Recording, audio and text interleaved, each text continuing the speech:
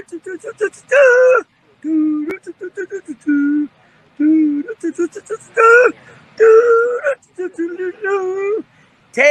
off! It's time for Doug and Ben's great NASCAR adventure! All right. Yep. Go home, Marshall. Go home.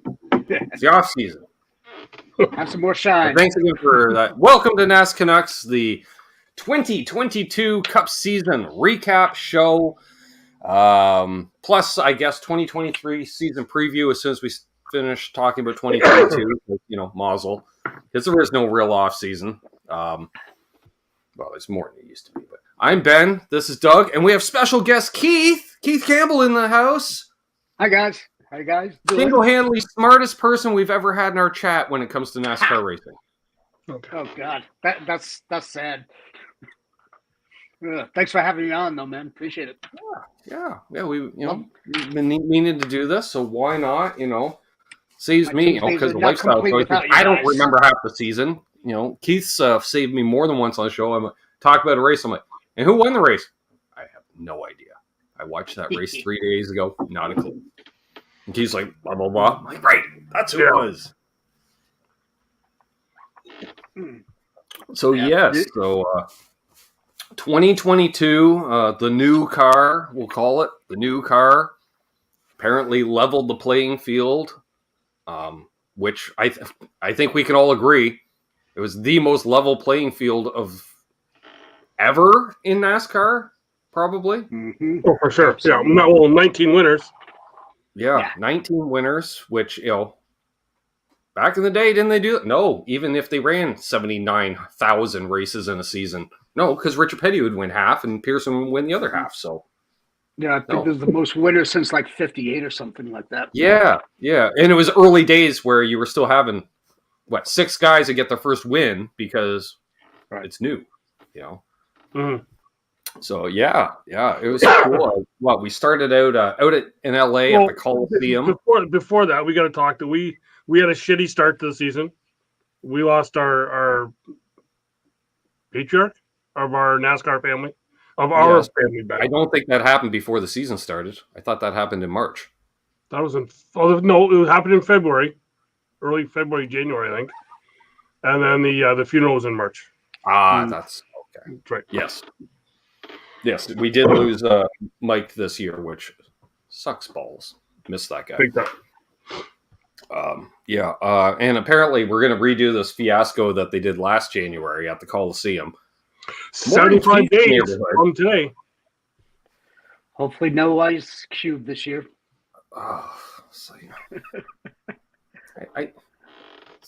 Let's make a track, a fifth of a mile with 3 degrees of banking, which is enough that if it rained, it might wick off. Maybe. I don't know. Should they at least put 15 degrees of banking in it? We'll make it a smaller Bristol-y thing or something. Or a second lane, make it progressive so somebody can. Maybe you just Chastain it all the way around. I don't know.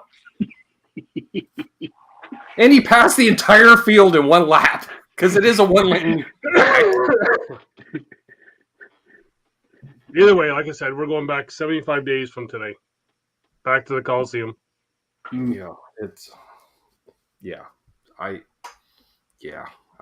don't know. It wasn't racing. It was an exhibition of autosport. Sure, we'll go with that. Maybe this year it might be a bit better because it's not the first race with this car, and people kind of know how it might react. I think they kind of knew how to react. They did enough testing of Bowman Gray, which is slightly bigger and. Yeah, but who tested? Junior, Clint Boyer, and Smoke, right? Mm-hmm. So, I think Jeff Gordon got in behind the wheel of the car too. It just wasn't advertised. Who cares?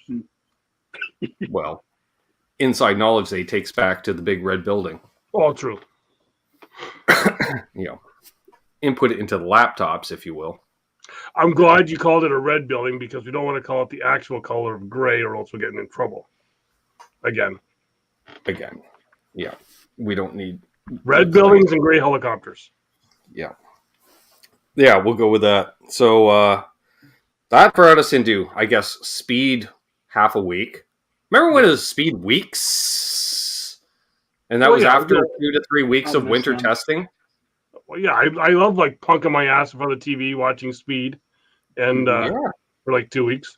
Just hours on end, right? And they would just hand off, broadcast crews, depending on the series or what have you. And yeah, I used to book that off work. That was my staycation each winter. Oh, especially, because you'd read about the first week or so, or read about winter testing, maybe see some highlights on speed. But then that, especially, it was like Thursday through Sunday was for the Clash. And then again, back at it Tuesday, right through, into the twin 125s and then 50s. 125s, pole day. Yep. Oh, yeah. Yeah. And followed up at the end of the night by Wind Tunnel with Dave Despain. Right? The original podcast. Yeah. That was the fun days. Yeah. Yeah. I think the worst thing they ever did was try to make that a daily thing. It was great when it was once a week. Yep. Yeah. Oh, that was required viewing. Like, even if you missed the racing, they were going to get down and dirty, and yeah, that was a great show.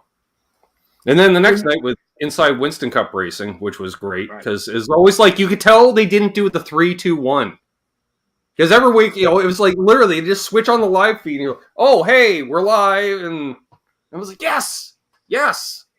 But then each week we have to listen to some idiot say that he's 1/18th Canadian, which is a lie. Well, yeah, before he let that go to his head, though, when it was the original show, right? Him and Schrader and Johnny Benson and Alan Bestwick in their smelly little studio. And if you listen closely, you could hear the garbage truck picking up the dumpster because it was just a roll-up door right behind them.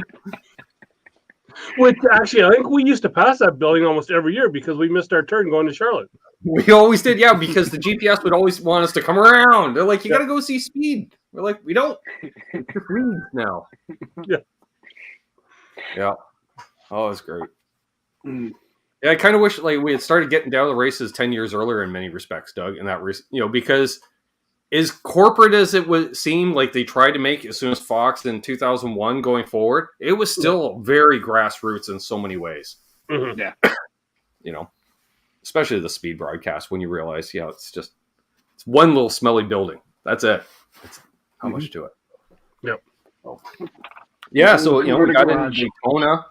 That was fun. I'm not going to go through every race because I don't remember, but it was the start of we're like, oh wow, these cars are pretty even, and the drivers are okay, pretty good, and then we didn't really see any real issues with the cars initially. I don't think the first couple races, because it was kind of like Daytona, California, Texas. We're like, oh okay, these cars. We started losing wheels to about the fourth race in, right? And it was like almost every race it was like a loose wheel, right? Yeah. Then they got that fixed, and then it was like every race a Ford caught fire.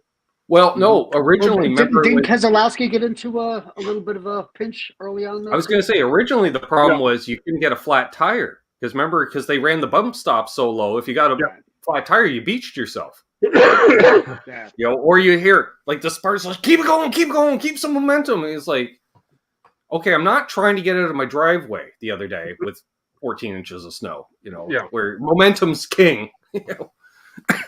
But so we started little issues like that in the tweaking, and then of course the one issue they still haven't figured out is why do the Fords catch on fire? And it's just the Fords.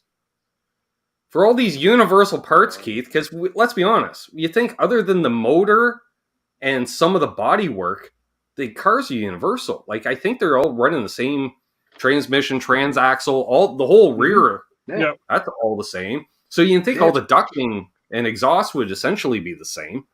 Yeah, it's basically like IROC. Yeah, exactly. And hello to Hit Metalworks, Guitar Man 45, Terry's 3Gs. What's going on, boys? We had Bent Tom in here earlier. Yeah, Tom. Charles 75N. Awesome. Nice. Yeah. It was, I'll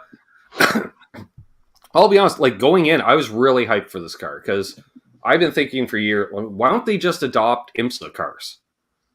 Because, and the reason being is, Keith, we've been watching stock cars that have not been stock cars or even anything close. Like, since the 60s, everyone's running a Banjo Matthews chassis with one, and then we had one of 4 guys hang a body for the first time on it, and then all you did was pound out dents until the 90s, until everything was kind of moved in-house and building our own chassis and stuff, it was... But... and then you tune in like Rolex 24, and I'm looking at all these cars that look like the cars that we drive on the street. Sure, they might have a spoiler or oversized wheels, maybe some fender flares, but it's like, why don't we just run like American Le Mans GT class cars or what have you? And then NASCAR basically said, okay, let's do that, and they're fine until you back them into a wall. Apparently, I'm just saying. Mm-hmm. Well, who didn't see that one coming? Fixed. Yeah, right. Yeah, that's already fixed for next year, which is nice. And as soon as guys started talking about it, I started thinking about it, Keith. Yeah, like I don't know how much time you spent in a race seat, but there is like minimal padding. Yeah, at the back, because it's all the side. You have let's say a 1/4 inch of foam, just so it's not a rock hard. But yeah, there's nothing to them. Like I'm a hell. Like the old race seats we used to run was just aluminum seat with basically a leather insert that you just snapped into place, right? That wrapped around the aluminum. There's no padding. Mm-hmm. They basically made the cars too stiff. All of it. Yeah. I mean, they took care of the front end because they're like, okay, blown right front. That's every driver's worst nightmare. Blown right front or a hung throttle. Kind of situation. But they never think, well, we've all been taught in that situation, try to loop it. Because you don't want to hit in right front first. You definitely don't want to pancake it for a full lateral. You want to back it in. Right? And traditionally, we'd see that. The car, all of a sudden, they look like a AMC Gremlin trying to hop back around to the pits. Because it's rear axle, nothing.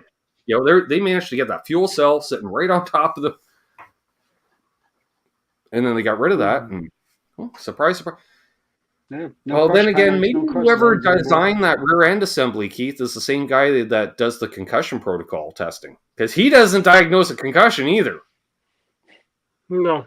How many drivers have we had out with concussion-like symptoms? Mm-hmm. I understand. How many were not even diagnosed with it either? None. That's the big question. None were diagnosed. Even Kurt Busch was concussion-like symptoms until he said, "No, I'm concussed." And I understand. Okay, it's on a Friday, and you're sitting out Sunday with concussion-like symptoms because you're sore, what have you. But when it's like you're missing the following week's race, those aren't no longer that's concussion recovery at that point. Yeah. Because any of us, I don't know, it's like, do they think NASCAR fans don't actually follow other sports at all?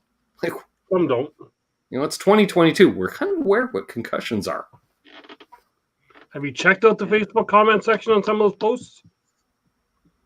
Those are a few people that raced without a helmet. Yeah. Or have you talked to a few of the drivers that have had some bad wrecks with head injuries? Right? Yeah. Oh, exactly, yeah. But so getting back to winners, who would have thought that we would have taken until race 7 to get our first repeat winner? Because usually off the start of the season, you have the one guy will win a couple, right? Because they get hot. But it wasn't until race 7 where William Byron picked up his second win. Well, and the thing, I think part of it was I was kind of surprised at a first-time winner in a sense because out of the first few, it was like, okay, guaranteed winner wins a race. We're like, yeah, big surprise. Let's say, like Chase Elliott wins a race. Oh, I'm not sure. But we had started with Cindric won the first race, so we're like, okay, that throws it off. And then it was like, Chastain gets a win. And it was we had so many different people that are those guys, Keith, that literally you'll spend years going, I hope they win. You'd like to see that guy because everybody deserves to win once. And well, apparently that's what happened. Everybody gets a win this year. It was like Oprah. Everybody gets a win. You get a win. Right. They get a win. And yet we still finished the year, like Doug says, with 19 winners, and yet Blaney didn't win. Truex didn't win. Right. And those were two that, if going in, you figured they were going to win each one of the first 7 races. Yep. Half the season, I was calling Blaney for a win. Oh yeah. Yep. No, it's the point that you get wins like you got Blaney, Truex, Keselowski. Butcher got his win. I didn't think Keselowski was necessarily going to win because I was like, well, Roush hasn't. They've been on a decline for years. Right. At this point. So it's like, other than, and it wasn't like the Fords were lighting the world on fire with horsepower. So, because that's the saving grace, is you would think that Roush Yates horsepower. Plus, it was a shocker that Buescher got his win. Especially considering the fact that usually when an owner takes over a new team, like Keselowski did, it's usually the first season is usually a wash, anyways. Yeah. Yeah. And then you're going to usually pick up a win, early the next season. Considering because when Keselowski went into Roush, he like gutted the place. Like he changed. Yeah, he literally cleaned house. Yeah. Like that. Yeah. That was the biggest thing. Everyone says like he painted the walls, stuff like he just made the place look nicer and cleaner, and just gave you, I guess, more sense of pride in the workplace. And like even when we'd go over and visit the race shops there, you can see Roush was kind of declining a bit. Like they weren't changing over the displays in the museum at all anymore. Yeah. It's kind of the same. They were just treading water. They didn't have anything to change over. Everything was still the same. It was all old, from the 2000s. So at least in the entrance, you would like swap out more current cars and stuff like that. Right. Like I'm trying to think. Did they even have a Ryan Newman car in the building when we were in there? No. Yeah. And you think, and he's driving your flagship car. You know what? I'm trying to think now. The only full car they have in there was the Mark Martin wreck car? No, they had a few cars there. Okay. But even then, it was like it's a Carl Edwards, it's a Matt Kenseth. It's like you're celebrating past glory. Yeah, it was as much it's just as much going through the RCR museum as opposed to the RCR current shop. Yeah. So, but I think they're still on the way up. That's for sure. Keselowski is the fresh blood that place needed. Keselowski is doing what Mark Martin should have done. Like Mark Martin should have never freaking left. Jack should have given whatever he wanted. I have a bone to pick about with Roush on that too, and Mark Martin. Okay, so I've got more of that story from Vegas. So Vegas asked Mark Martin to come and do all that stuff there, right? Yeah, right. That car that he had there, he didn't have it. Right. A couple months prior to that, some guy, like right after they asked him, some guy contacted Mark Martin and was like, hey, do you know about, and then you rhymed off the serial number on the car, and Mark was like, that's the one that I won Vegas with or whatever. And he goes, can you have that ready in a couple months to be at Vegas? And the guy was like, oh, yeah, sure. So then that's how that car ended up. Well, Mark's been tracking down a lot of his cars too for his own museum, right? Well, yeah, but this car here was just a fluke that this guy contacted Mark. And the guy actually posted video on YouTube about that too. Yeah. The entire scenario, Mark getting into the car and checking everything out for the first time since he last was in the car. Well, yeah, and awesome video. And listening to Mark talk about it, he was like, once he stepped out of the car and finally fully retired, he had no desire to get into a car. He didn't really care to get into a car. But then at Vegas, when he got into that car, he's like, I could feel myself dipping down into turn 3. He goes, I had all the feels back from when I was in the car before. Well, and he did do some of that SRX stuff too. So yeah, did he? He has been dipping his toe a bit, and I think and it's like, look, Mark Martin smiling and having fun. Where's that been? Which is awesome to see. But the thing that I had the bone of contention with though is Jack Roush was nowhere to be found during that scenario. Where was he? Yeah. He should have been right there. They didn't even get a picture together in front of the car. Well, and let's be honest, as a flagship driver for Ford should have been stepping up, saying, on it. And so Mark Martin like a jilted lover, Keith said, fine, I'm driving all the Chevys, which is the equivalent of, you know what? I'm going to fuck all your friends. That's what I'm going to do. And he did. He literally drove for every Chevy team, basically, that was out there. Mm-hmm. And he drove them all. Yep. Yeah. It's like, okay. Which was wild to see. Oh, and, he's doing the part-time thing, but then eventually he gets suckered into basically running almost full-time. Yeah. Like, if you're going to run 26 races, run them all. Yeah. 26 is basically all. You're already running a truck series, basically, at that point. Yeah. Yeah. Yeah. And then after we got through all those winners, we then had the full summer of the Denny Ross show of what they're going to do, which drinking word of the season was, I got Chastained. Yeah. Yeah. Yeah. Yeah.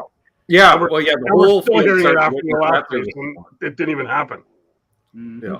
Yeah. That was just a whole lot of yapping and no follow through, which sounds familiar. Yeah, it's typical of Denny. I think that happens to almost all the drivers. It's just, like you get that heat of the moment thing, and then and the next week it's fun. You got bigger things to worry about, like keeping your head in the playoffs or something like that, like just to get into the playoffs, because it was a tough ride for with 16 slots, and we had, because anybody could win. It was like really anybody in the top 30. That was the big question, was the top 30 in points, is what I'm saying. And we even saw that even on the Xfinity side, right? With Jeremy Clements, when he won the race, and then he didn't, and then he did, and then he's like, am I still in the top 30? Because we kind of gave up. Yeah, and then, even the Xfinity series came down to really two drivers, being Gibbs and and that was very much a classic Cup championship run, right? Or season where we had, we would have two guys win half a dozen races in any given season. Whether it's a Harvick and a Chase Elliott or Truex will go on, because we would have those guys that win 3 out of 4 in a month. Yeah. And that's the highlight of their season. And other guys will, like say those hot streaks and stuff. Yeah. There were a lot of drivers this season, who had, potential hot streaks going. Then bam. I mean, look at Harvick. He had the 2 in a row. And then he just being the new car after that. Yep. Sim time was king. And we know the veteran guys, they don't do the sims. Joey Logano's come out and he says, I don't do sims. It doesn't work for me. I don't. No thanks. And the young guys, they're all. The eyes have an issue with the screen sometimes, right? Well, probably. Yeah, it's no depth perception or something. I don't know. And he's like, I don't feel like I'm driving fast. I don't know what it is. They got to turn a fan on, maybe. Feel some wind blowing on them. But the young guys, they're like, screw it. I'd be at home playing video games anyways. I'll do all the sim time. Mm-hmm. And as such, Joey was the oldest driver in the Final Four at age 30. Yeah. Which wasn't that long ago. Mike Skinner won Rookie of the Year at age 40 or 41. Well, what was it? Pete Pistone had one thing on the one morning show the one time. He was like, there was one Watkins Glen race where the average driver's age was 34. Right. Compared to this year was 20 something.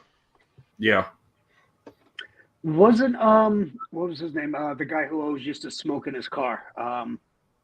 I guess Dick Trickle. Dick Trickle. He was a rookie at 45. Yep. Yeah, and that was only because they're like, we're gonna make you run it for Rookie of the Year, and he's like, I really don't want to, and they're like, we don't have another rookie candidate, that's established to run the full year, so it's basically your title if you want it. So he went, okay, you got it. Yeah. That's true. Hip, fewer higher guns. Well, it used to be. Remember, Jimmy Spencer didn't run Watkins. He put somebody else in the car. Yep. Mm-hmm. He's like, I don't turn right. I don't. If I'm turning right, it's into somebody's fender. That's how Jimmy worked. Throw bar set in there. Yeah. Yeah. Exactly. The road course guys are just. You'd see 1 or 2 maybe in the race this year, but they weren't just running the road courses. They were. Well, guess what? We had 7. Now, right? So they're not just bringing on in for 1 or 2 races. Yeah.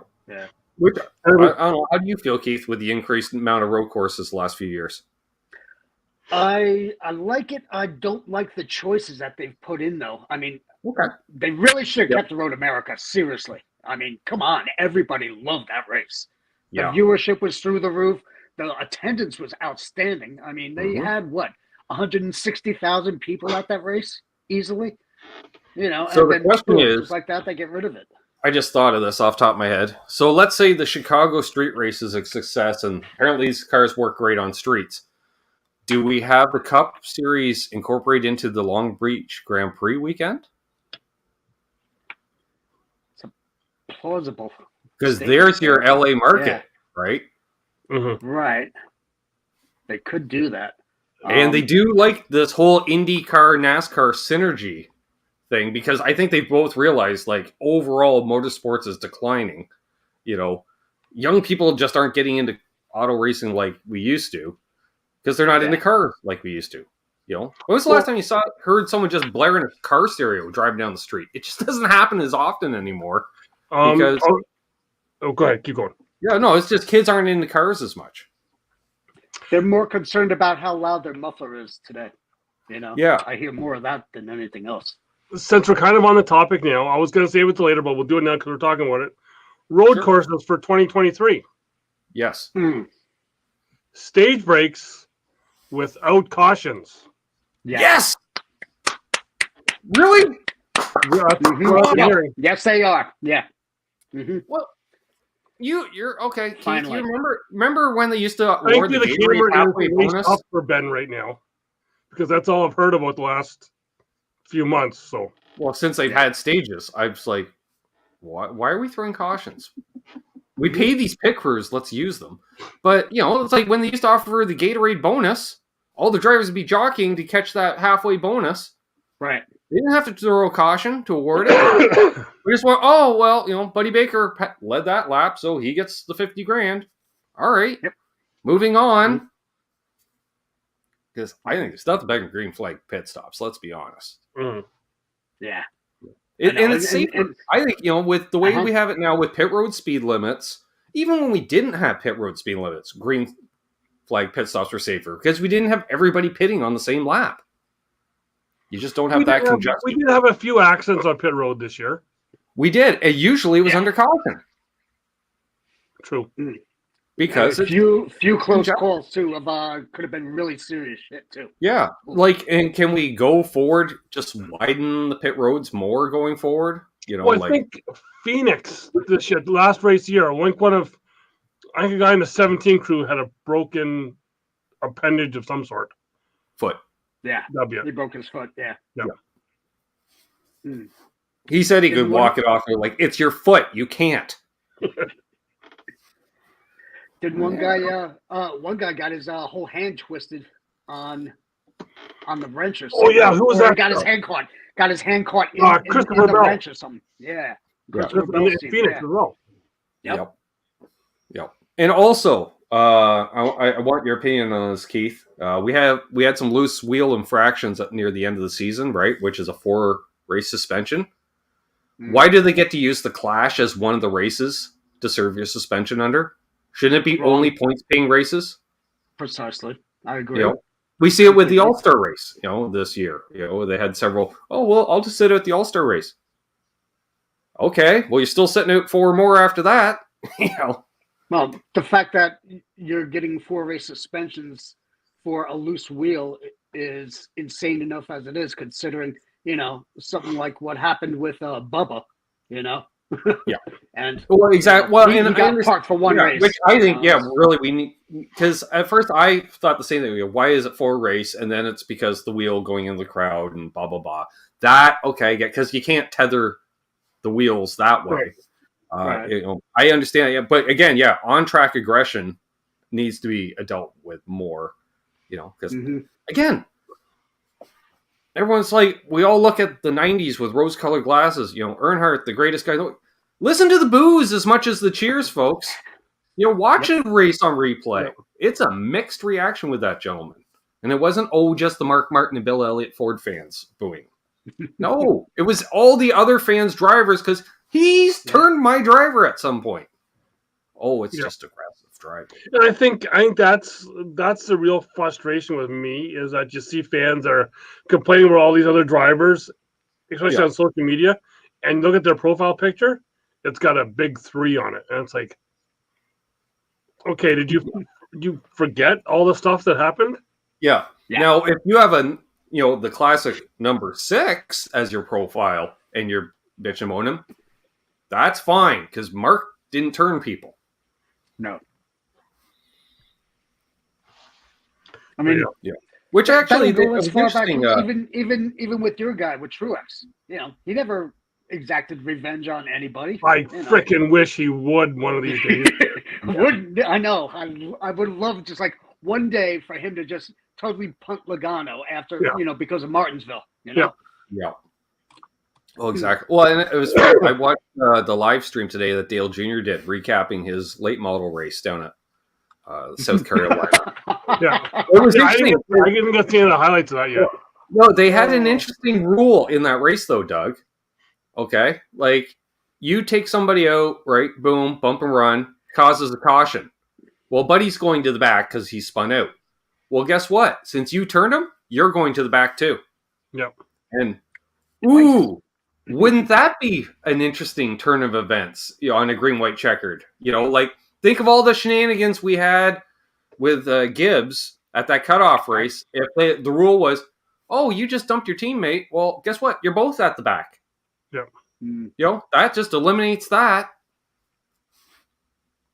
All right, the next 2 guys go ahead. Are they going to run clean? Fucking right, they're going to run as clean as they can because they don't want to cause another caution to go to the back. But the only thing with that is then that makes NASCAR then make a judgment call. When don't they do judgment calls? We saw how many suspensions when Chase Elliott is involved or added back, and they flip flop more than a fish out of water. Yeah. We got breaking news. This guy's been fined. Oh, breaking news, it's been rescinded. Oh, no, it's back, but less. And meanwhile, it still hasn't gone to the tribunal or whatever.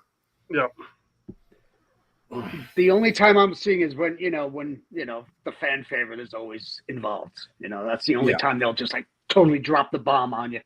When I'm sorry. As much as I love the Bill Elliott, the way they give the favoritism to Chase Elliott is it's just totally mind blowing. Level playing field for everybody. Or trying to compare, past and present. Like I saw that thing. Always talk like 7-time champs and stuff like that. I was like, well, I hate to tell you, but Jimmy Johnson worked harder. That team worked harder for their championships, considering. And I don't know exactly how the rules were when Petty won his titles, but I was watching NASCAR in the 80s into the 90s. And you know how it's such a big deal to win the pole now because you can get that number 1 pit stall? Right. Well, that used to be the defending champion got first pit choice throughout the year, the following season. So guess who got the number 1 pit stall every single race? Well, and when they're running like 80, 90 races a year, and you're doing like 75% of them. Yeah, you're going to end up with more points. Or you're one of 3 guys that run the whole season. Yeah. Jimmy also loved to run that last pit stall also, though. Yeah.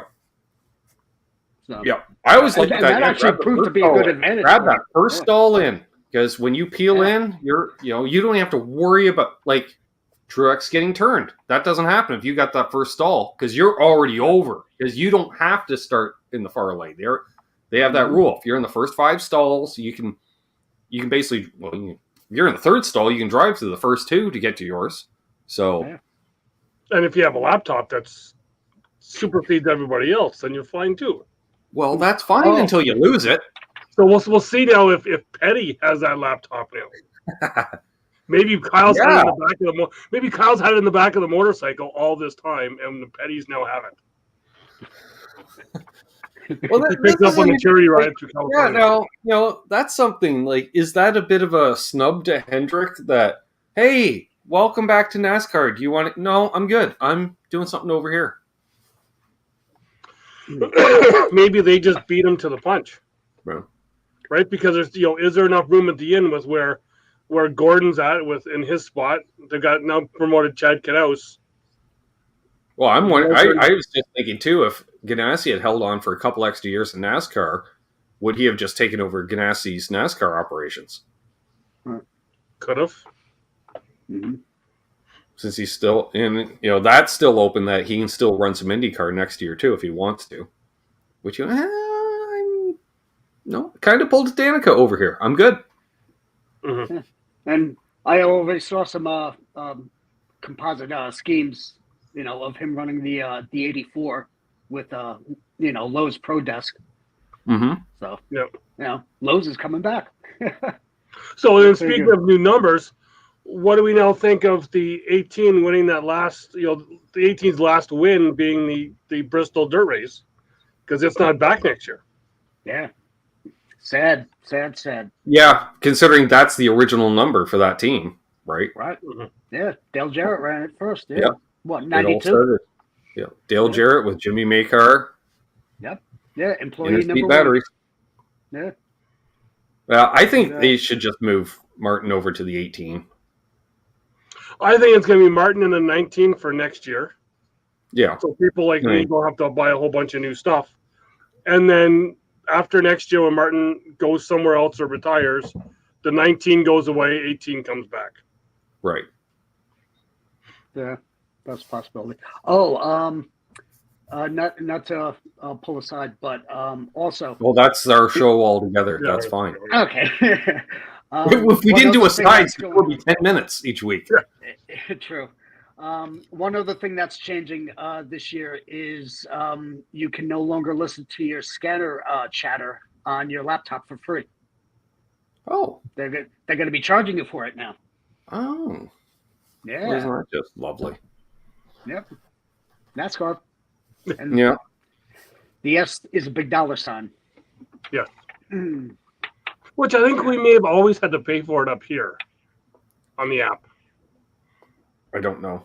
I've never because we didn't have any experience stuff. So yeah. But I just remember when they started messing around with the what was the in-car? Remember the dedicated in-car, even on for the TV feed. Yeah. What happened to that? They said it was going to be available for everybody, and yet it wasn't. Yeah. Well, yeah, they said we have in-car cameras for all the playoff drivers, but that doesn't mean we're going to show them to you. Huh? Yeah. But I remember, when they first started doing it, because I remember watching Daytona, and I was flipping back because it was a dedicated different channel on the television for it, on satellite. Mm-hmm. But the great thing, it was raw, so during commercial breaks, you had live mics in the booth, because everyone had a dedicated person. Like I remember I was watching Michael Waltrip and Jeff Hammond was doing Waltrip's one. And it was like zero filter, but he's like, he's running 32nd. He might finish 28. This car is a piece of junk, blah, blah, blah. Because it was when he had his own team and stuff. I was like, right. Oh. I'm like, you're on a live mic, Jeff. And then next year, no, totally different. It would just go down black or something like that.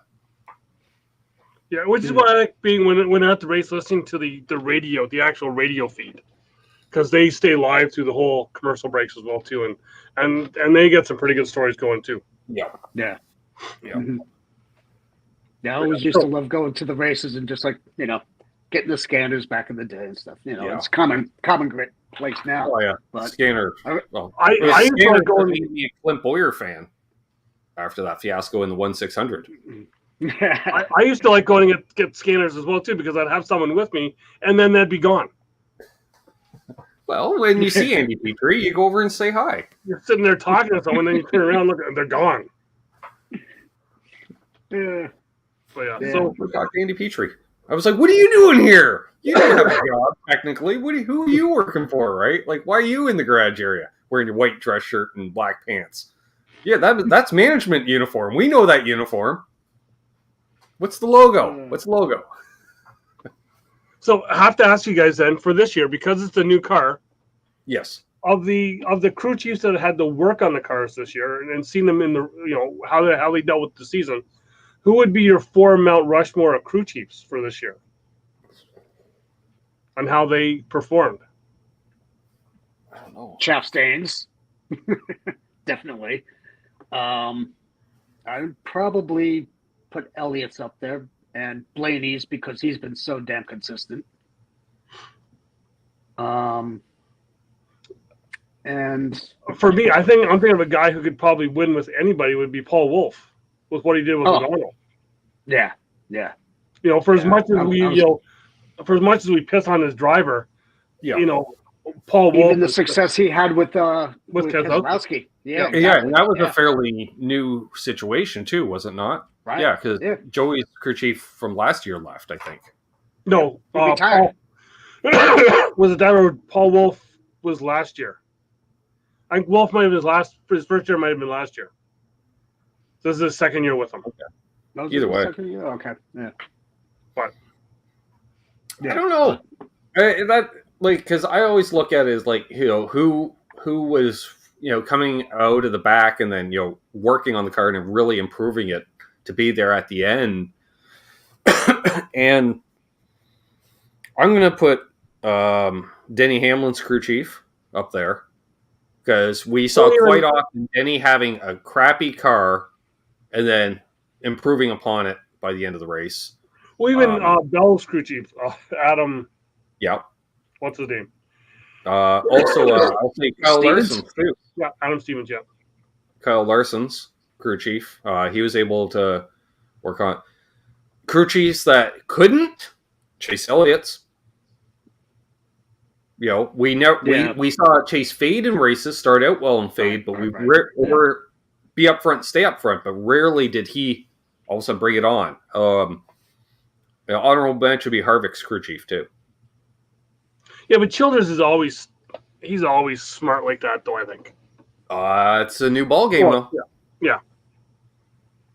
Which makes it even more impressive because old dog and new tricks. You got to hand it out to Childers though, because of how much he brought out into the light for everybody this year. Technologically, and explaining it on Twitter, on all social media platforms. Yeah. He and Harvick both apparently remembered their Twitter passwords this year and set the world on fire. I think a crew chief was going to have parts. I think a crew chief was going to have a short leash at the start of next year. Will be James Small with Truex. Mm-hmm. Yes. Yep. Yeah. Right, he had the slow start last year. It came on, and then this year they just couldn't get a thing going. All right. Let's talk about a couple of teams to keep an eye on next year that maybe you saw some improvement in, and they're going to keep going up. I already think I already know who is going to be the most improved car next year. And I hate to say it, but I think it's going to be the 42. Because that car did sweet fuck all the season with Ty Dillon. You got Gregson coming in with his crew chief. Now, assuming that crew chief can, work on those cars, that's the only variable there. Because they have a good relationship. He's going to have his crew chief he had with this year. Yeah. Again, right, Adam Lambert? Yes. Yeah. I can't believe I remember the name of Xfinity Series. Not Adam Lambert. No, that's the lead singer of Queen. Oh. Chris Lambert. That's it. Is it Chris Lambert? Yeah, it's Chris Lambert. I was close. I got one morning than I thought I would. That's okay. At least I'm, Chris Buescher is now Chris Buescher, and it's not James all the time. Keep an eye on Reddick also and his crew chief. That's going to be interesting. being in that car. Yeah. With, and has that officially been announced that he is in fact going to just go ahead and drive it? Okay. Yeah. I thought so. Yeah. Okay. Do we know who's crew chiefing for Kyle Busch next year? Is it the current crew chief or? I can't remember. I heard it, but I can't remember it. I don't know. I don't know who the crew chief's going to be for Kyle this year. I'm curious to see what happens with RCR because, was Tyler Reddick pulling, a Kyle Larson driving Ganassi equipment to the point that it looked a lot better than it actually was, or is Austin Dillon just a really bad driver? You know what I mean? because one team was good and the other not so much in a very level playing field. I've heard that even Kyle Busch is kind of doing like what Keselowski did last year with Roush, that he's already gone in there and trying to, kind of changing some mentality around in there already. Well, the guy does have, like you look what he's done with his own operation, right? Yep. Like Kyle, Kyle's a good driver. We all know that, but Kyle isn't the second coming of David Pearson, where he can step into anything and win. That's otherwise he'd be dominating in all the series. But he doesn't. Mm-hmm. I think he's got great equipment and trucks, and that allows him to be very competitive. Plus, weakness of depth of field, because they're just like, holy crap, that guy's really good. Yeah.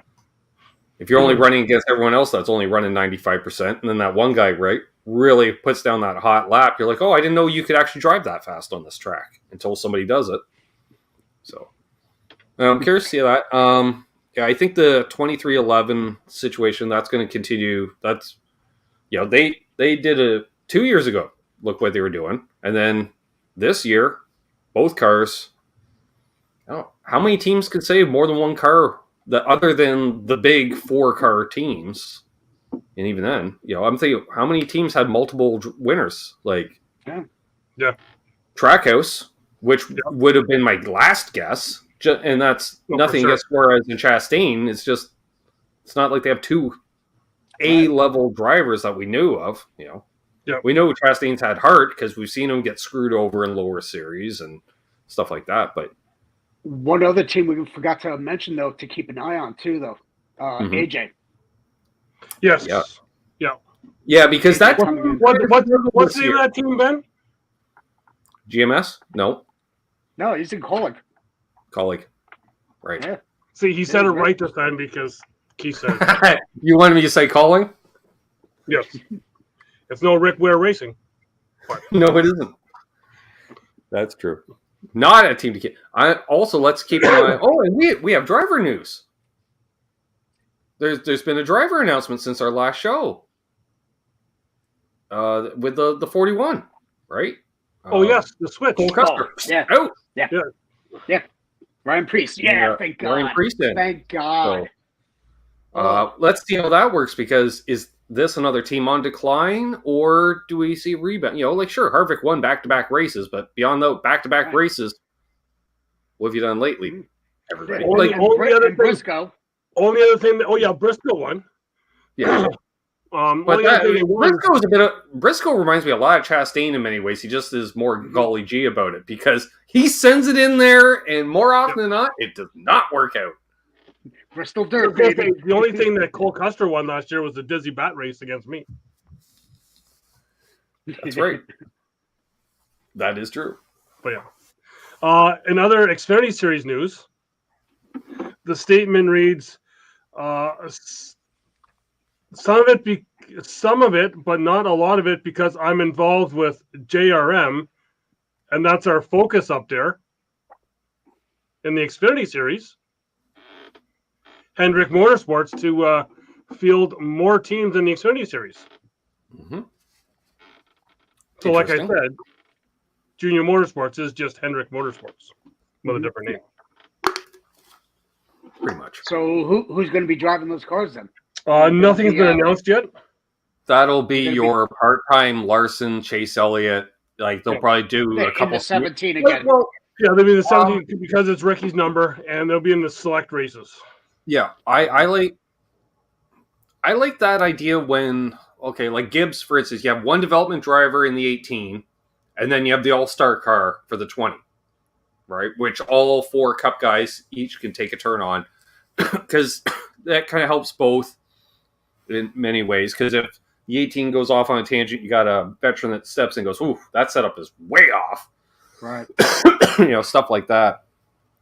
I like how many changes are there going to be on the packages for the Xfinity this year coming up too? Right. How much longer are we going to be running those cars? Mm-hmm. Eventually we got to catch them up. We can't. It's turning into ARCA. It is ARCA, basically, without a great motor. I thought that's what the trucks were. Well, and what's ARCA? Because there's ARCA, and then there's ARCA East, ARCA West, but they're all ARCA. Yeah. And then you got the Cars series. Yeah. Well, and some news about the Cars series, the ATV Cars series. This year, the age limit to run the Cars series, 12 years old. Mm-hmm. Wow. You can now be as young as 12 and run in the Cars Tour. So we're going to have a handful of PhDs out there. Papa has dough. Yes. Yeah. And so they were talking about that on Sirius XM tonight there. And they had Ross Chastain call on his way down to the homestead in Florida and said that, he's fine with it because he started driving when he was 12. Oh, so you too can raise yourself a Ross Chastain. Yeah. So, how old is Brexton? And Keelan? Brexton's what? Brexton is 6. I think Keelan might be 10 now. Yeah. I thought Brexton was older than that. I thought it was like 8. But... Either way, yeah. Soon enough. But soon enough we'll see them. Yep. And then Daytona 500 news: a deal is very close for Helio Castroneves to run the 500 in either the Project 91 or the Money Team Racing number 50. Makes sense. Money's gonna actually make another go at it this year, huh? Yeah. Because they have the money, I guess. Yeah. Also, your thoughts on the Sunday night racing? And I've only saw on the schedule 2 Saturday night races. Really? Oh. Yeah. Wow. Sunday night, they've done Sunday nights on long weekends. Darlington, they kept pushing that start back, so it became basically a Sunday night race, Labor Day weekend. So, Coke 600, that's pretty much a Sunday night race, let's be honest, especially if there's any shenanigans. Like, we've been there, ending at damn near midnight, Doug? Yep. So, I'm okay with it, because they'll probably still want to end, obviously before 11 Eastern. So, what's the difference between that or primetime football on Sunday night? Yeah, my biggest qualm though is whatever happened to Saturday night racing though. Don't you miss the races at Richmond and those were classic Saturday night races. Back in the day, to be honest with you, Keith, I hated Saturday night racing. The reason because our track ran Saturday night, so if NASCAR was running Saturday nights, we didn't see the race, and we always said Sundays for the Cup guys. Leave the Saturday nights for us, for the short trackers. Okay. I get that. I can appreciate that. Yeah, and and then it was we had basically just Richmond, and then we had the All-Star race under the lights. Bristol. That was kind of and then Bristol. And it was a novelty thing. Like Bristol under lights was kind of the first, hey, we're going retro under lights. Cool. And then it became a pissing contest. Who's the biggest track that we can light up? Yeah. And then we had Daytona under the lights, which honestly kind of made sense because guys were basically dying of dehydration trying to run the 4th of July race, which, remember, used to be run, regardless of the day of the week, on the 4th of July during the day. On the 4th of July at 12 o'clock. Yeah. So, what the hell, I'd like them to bring back the weeknight stuff, even though Junior said it was a complete fiasco ratings-wise. I kind of liked midweek racing. Yeah. Especially if we do a little short track thing, or, I always thought, expand the schedule in Indy 500 or any 500 miler in IndyCar offers double points. So why don't we could do double points at the 500 milers and bring back the 250 milers, 300 milers, and we can do those at the North Wilkesboroughs and Martinsville, Bristol's close by, so it's not too hard for the teams to send a car out. And let's be honest, half the teams don't even show up with a damn backup anyways. And if they do, it's a parts car, literally. So other than the advertising on the haulers, I don't know why these guys even bother having a hauler for every car anyways. Hendrick should show up with 2 haulers. Boom. Yeah. Or one hauler full of parts and the other one is a basically 8 cars in one. And speaking of short tracks, Rockingham repaved. Was it this week or last week? Yes. This week. Last week, yeah. They used some of Keith's government money and repaved that track. That's a good first step. There still needs a lot of work, unfortunately, because much like Wilkesboro, 30 years of deterioration on the buildings hasn't been kind. You know, they had one guy there kind of doing maintenance forever today, but it's good to see. And it's used a lot. Like they've been doing a lot of club racing and track days and stuff. Like because there's a whole community of like there's hot rodders, a bunch of guys down there old Cup cars, and they just get together on a weekly basis and go out run laps in their old Cup cars. A couple YouTubers do it and stuff. I've been watching them. Even one NASCAR team got caught doing it as well. Yep. Yeah. Plus, they also ground down and started pouring concrete for the safer barriers at North Wilkesboro this week, too. Good.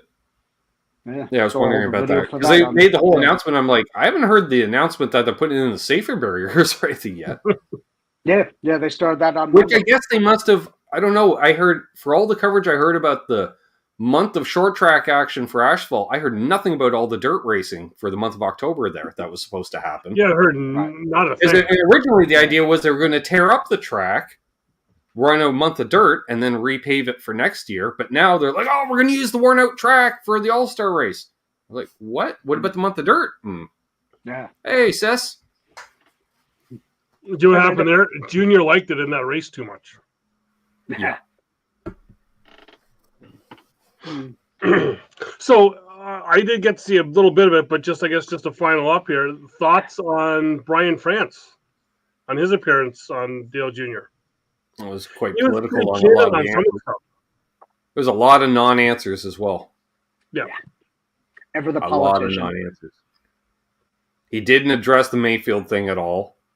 He called his DUI a bad day and moved on. I'm like, really, dude?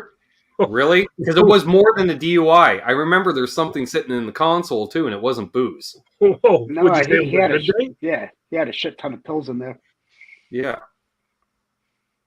So, yeah. I never liked Brian France. I liked his dad. I didn't like him. I like Mike Helton. I didn't like Brian France. I never trusted the guy. For me, with the Mayfield thing, I think, what else is he going to say? Like, he's like, I don't think about him anymore. Mayfield still thinks of me every day, but well, because you fucked over his life and had the cops involved. Because like at first, when the way Mayfield was talking, it was very borrow Doug's foil hat. And he's like, yeah, he's on the. I'm like, and then I thought about it. I'm like, how many times have we heard about Brian France's dad sitting in the infield on the radio with Dale Earnhardt during a race? Like, how is that not biases all? Well, and I thought Junior was also going to hold his feet to the fire a bit when he said about the drug policy, how it was transparent and everyone knew. And Junior said all along that he didn't know. No, and it was. And then Junior just let that float on by. He didn't even say anything about it. Yeah, because that drug policy screwed over quite a few people. I never agreed with it.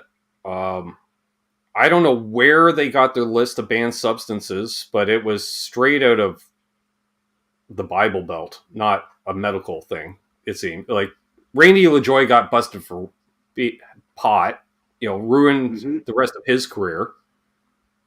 It's like, well, that's not performance enhancing. That was somebody relaxing after the race, and he wasn't even driving anymore. Like, the fact that every person to have a hard card has to have a piss test. What did AJ get? Was it for Adderall? AJ Allmendinger had, he was taking Adderall? Like an Adderall type, but everybody was taking that shit. Look at fucking the PGA. PGA is rampant with Adderall use. Yep. So is cornhole. Yeah. It's like, it's like, I understand certain things, but, and even then, it was a pass-fail. It's not a levels thing, which we all know certain things will stay in your system for weeks and certain things don't, but it's okay. You could probably still piss and show a 0.04 blood alcohol level from the night before and you're okay to drive. Right. And God forbid if you have a bagel with a poppy seed, right? Because that'll come up as heroin. Yeah. Or we'll just ignore the amount of radio traffic you hear Even this year, I got no brakes. Sorry, black flag. No. Yeah. You know, how's that safe, right? Or the drivers that are driving out there with concussions or anything else. Yeah. Then the people who have no brakes, they back the car and then poof, there you go. Yep. So I guess the only other thing would be your picks for the. Oh no, there was another driver announcement that we missed. It was it was basically an RCR style press conference announcing that Ty Gibbs is in fact driving the 54 in Cup next year. Yeah. Yeah. Which we all knew. Rick Allen clearly knew. But yeah, so your picks to get the NASCAR fan favorite driver of the year presented by Hooters. Who that will be? Gee, I wonder. Yeah. Go figure. And I know who it should be. It should be. Oh yeah, and you know what? And to give the fans credit, I was I think I was like the third person to comment on that post. I seen it right away, and I was like, well, it's presented by Hooters, so do we really have to vote? And looking a couple hours later, there's already 500 comments, and almost every one was, well, it's presented by Hooters. Well, it's you might as well just give it to Chase because it's already a Hooters thing. Yeah. Who it should go to though is Chastain. My opinion. That's my up there. He did make a lot of fans this year. Yeah. Oh yeah, and who was it? I think it might have been Chalka Myers was saying that the fan favorite driver should go by merchandise sales at the track. Ooh, I like that idea. Because he said for the few races that he was at, and even the last one at Phoenix, you kind of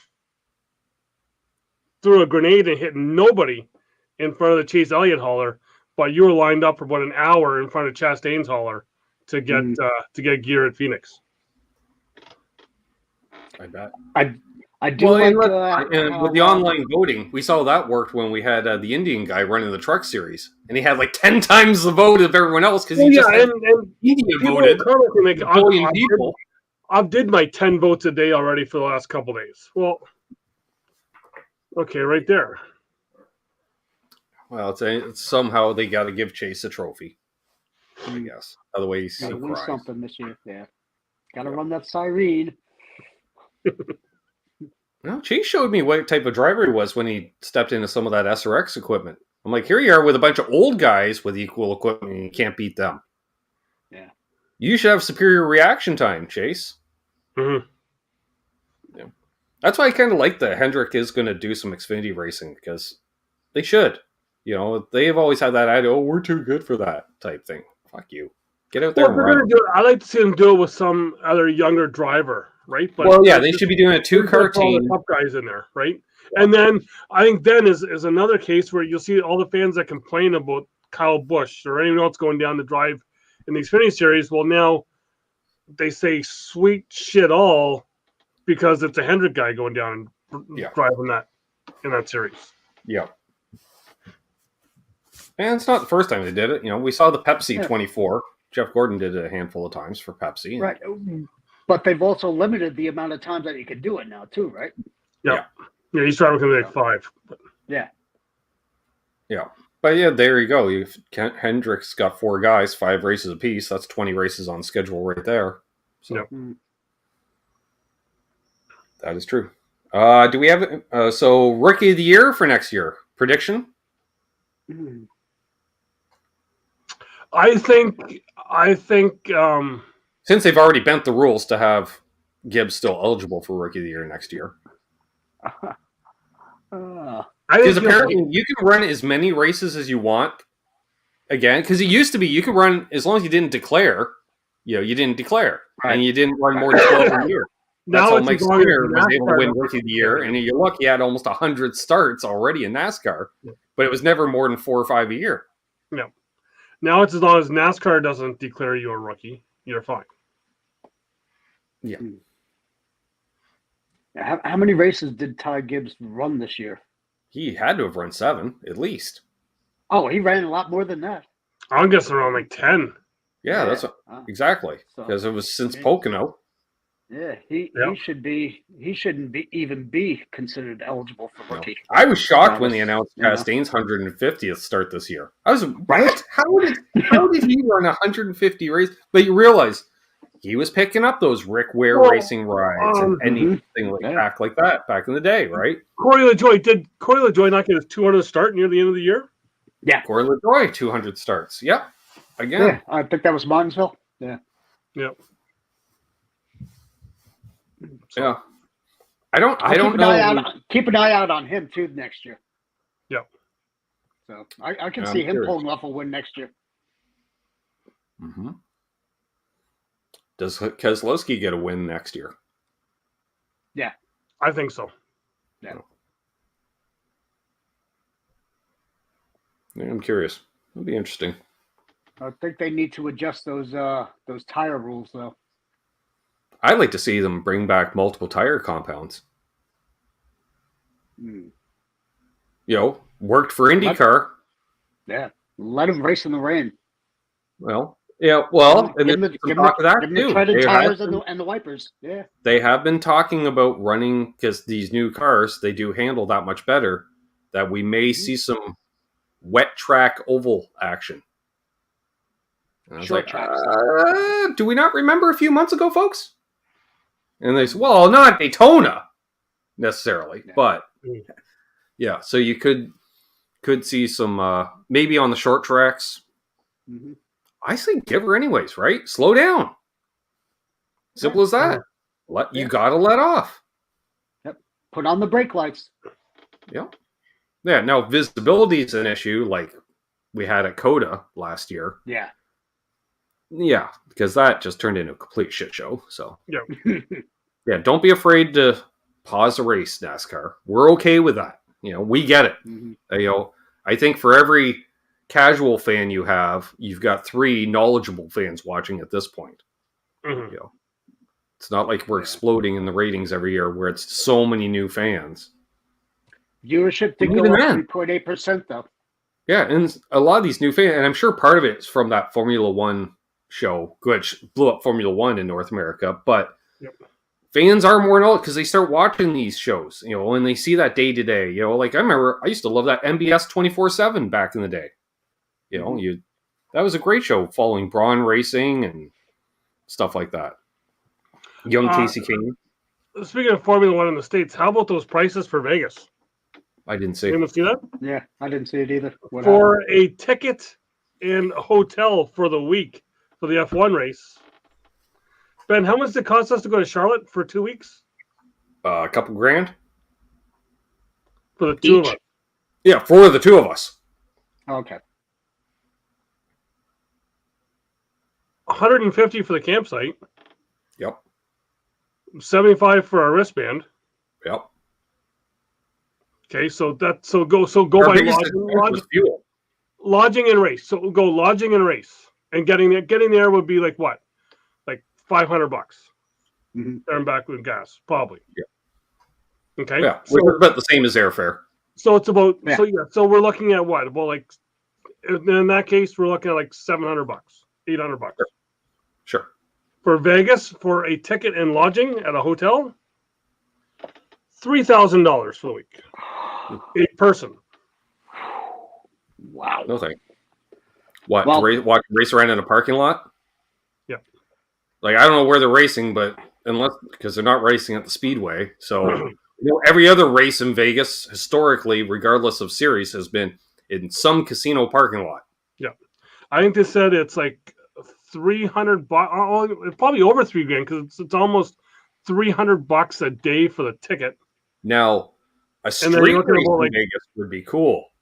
$2,500 that would be cool, but like running around in the Caesars parking lot, boring.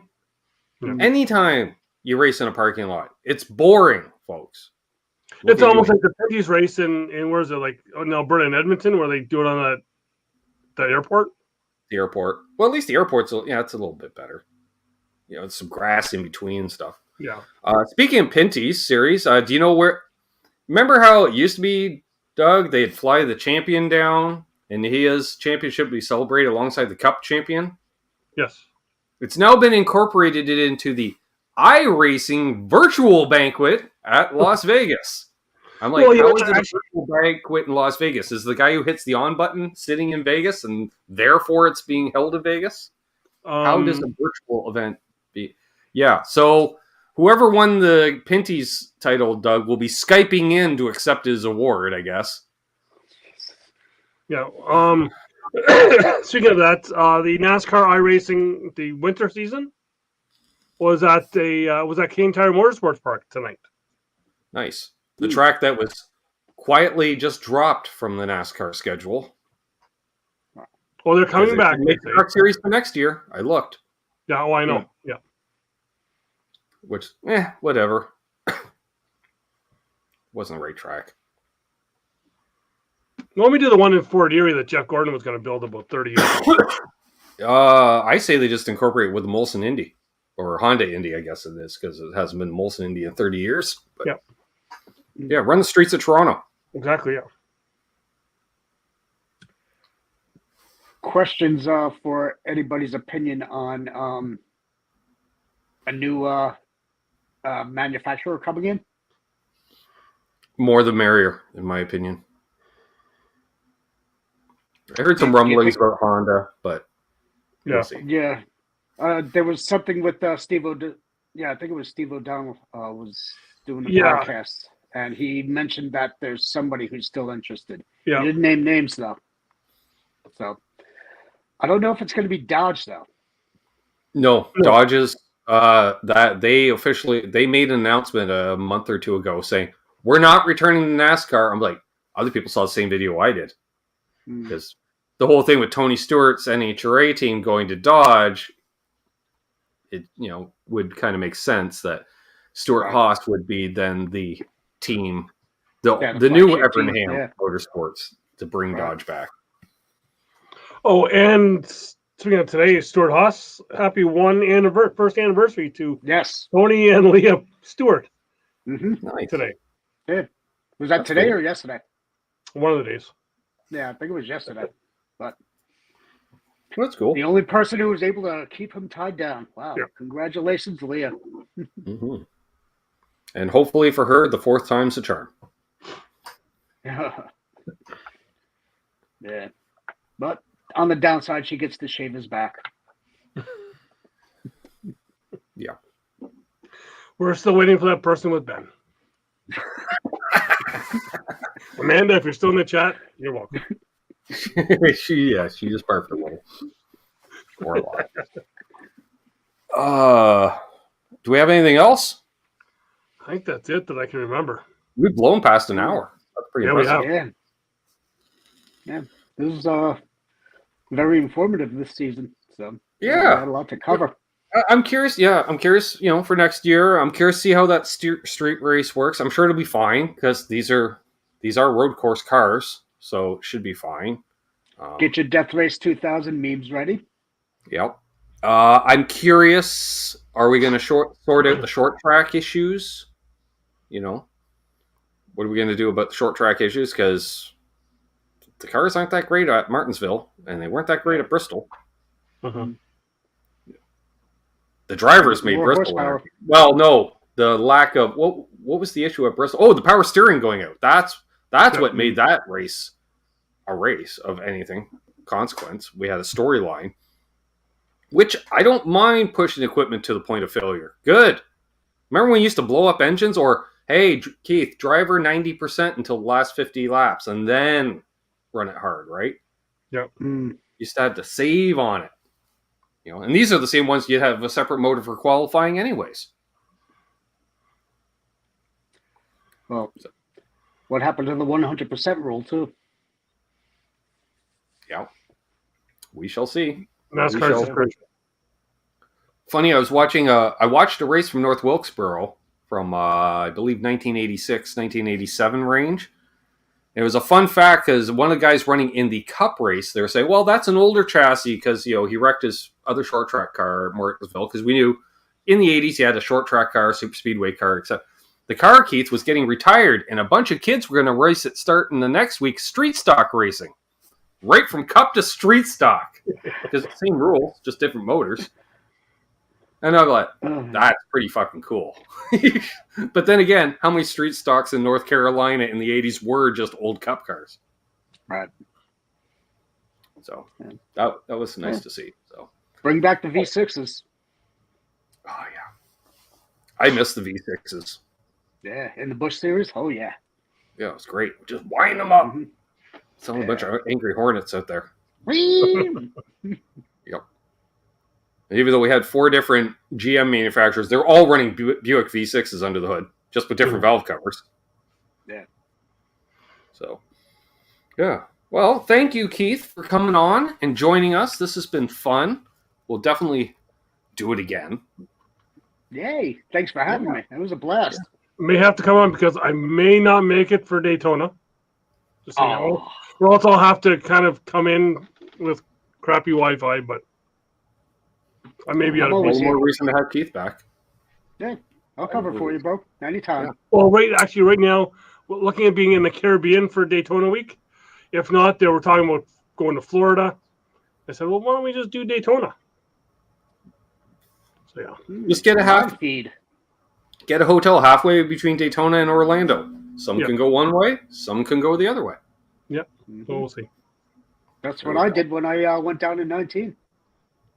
I got a room right in between. You know, my wife and I, we went to Daytona. And then the following, Monday, we drove over to Disney. Just did the whole freaking day there. Yeah. Perfect. There we go. Yeah, that's right, Terry. Great show and awesome to have Keith on. That's right. So, yeah, thanks, man. If you're new and still watching at this point, subscribe. Mazel. Hit that thumbs up and share. Hit that thumbs up. Share us around. All that fun stuff. We'll be back in 2 weeks, Doug. Yeah, sure. Sure. We'll do it. We'll recap. I don't know what we'll talk about, but maybe there's at least one announcement that we could talk about. We'll see. The ceremony. There is that. Yep. Yeah, because they're not doing the burnout competition this year. Nope. So, let's bring back the pit crew competition too. Yeah, absolutely. Yeah. They should do that during All-Star Weekend. Arena, but don't have to even do it at the arena. Weekend.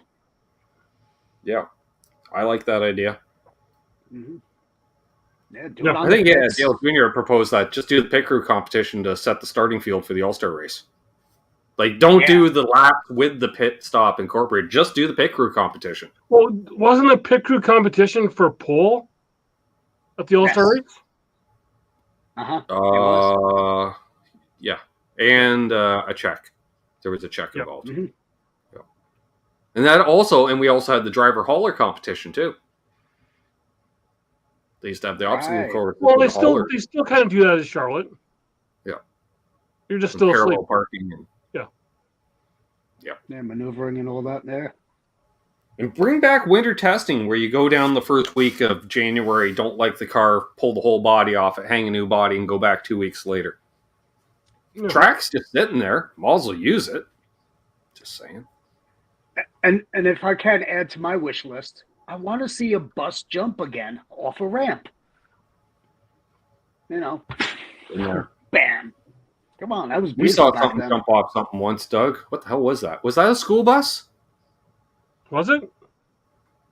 Yeah, the school bus. Absolutely. The one at the dirt race. They did at the dirt track, Keith. Oof, it was not good. You could not get enough. They watered the track too. He didn't get enough speed going through 3 and 4. That's right. That's right. You're correct. Yeah, because I did. Doug's like, what do you think? I'm like, this is going to be bad. This is not going to be good. And then they set off so much pyro because the thing just kind of went off the ramp into the cars. Yeah. I remember that now, yeah. Because they watered the track down just before he went to do it. Yeah, and I'm like, he's not going to get enough speed. No, and no. Because he would hammer on it. Sideways off the turn. The rear wheels just spin. He wasn't speeding up at all. I'm like, oh, this is not good. Yeah. That was the same night that Doug had to felt like you need a bulletproof vest because I was a Sammy Swindell fan in the stands. And yeah, and that Sammy Chastain just about half the field that night, Keith. Well, even didn't that one driver go from like start finish line all the way up to turn 2 to chase after him? Yep. It was bad. It was bad. I had to stop cheering for Sammy that night. I was just like, I can't. We're gonna get our asses handed to us if I keep going. Oh man. I think that was the night that smoke blew the 4 engines as well. Yeah, smoke blew a bunch of them. We saw Jeff Green walking around. He was hanging out in the crowd with us. It was kind of cool. Yeah, we've seen that a few times. Few drivers just come over and sit in the stands with the crowd, which is really nice to see. Yeah. What year was this? It was only a few, like 2015-ish, in around there. Actually, it wouldn't be 2015. No. That was 1 year I didn't go. So. Yeah. I'm going to say 2014? 2012, 2013. Yeah. Nice. Yeah. Oh, yeah. Good times. All right. Well, let's wrap things up. It's been a great season. That's been Doug. This has been Keith. I've been Ben. You've been you. And I guess that guy's going to burn his hand one more time, Doug. Yeah, just watch your hand. See you, Marcus.